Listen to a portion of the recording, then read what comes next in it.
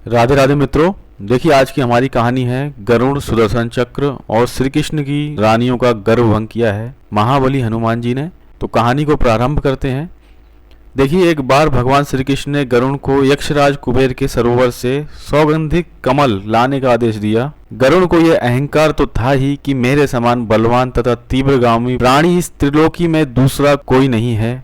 वे अपने पंखों से हवा को चीरते तथा दिशाओं को प्रतिध्वनित करते हुए गंधमादन पहुंचे और पुष्प चयन करने लगे। महावीर हनुमान जी का वही आवाज था। वे गरुड़ के इस अनाचार को देखकर उनसे बोले, तुम किसके लिए ये फूल ले जा रहे हो और कुबेर की आज्ञा के बिना ही पुष्पों का क्यों विध्वंस कर रहे हो? गरुड़ ने उत्तर दिया, हम भगवान श्री कृष्ण के लिए इन पुष्पों को ले जा रहे हैं। भगवान के लिए हमें किसी की अनुमति की आवश्यकता नहीं दिखती। गरुड़ की इस बात से हनुमान जी क्रुद्ध हो गए और उन्हें पकड़कर अपनी कांख यानी बगल में दबाकर आकाश मार्ग से द्वारका की ओर उड़ चले। उनकी भीषण ध्वनि से सारे द्वारकावासी संत्रस्त हो गए।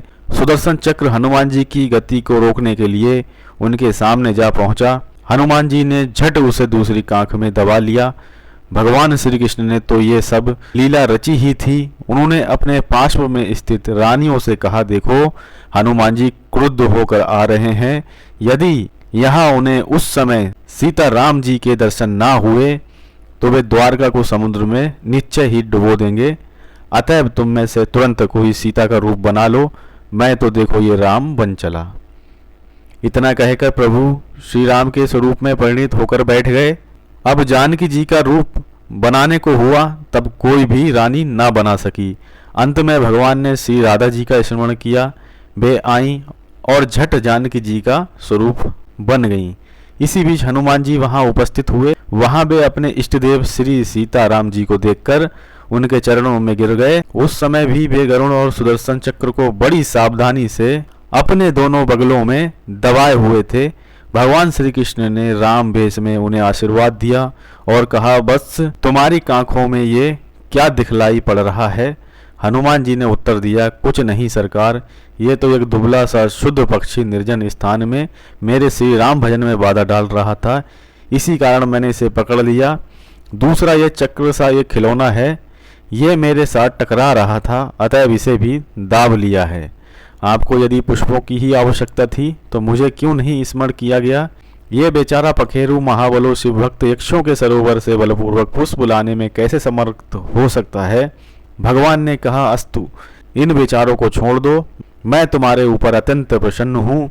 अब तुम जाओ, अपने स्थान पर स्वच्छंद पूर्वक भजन करो।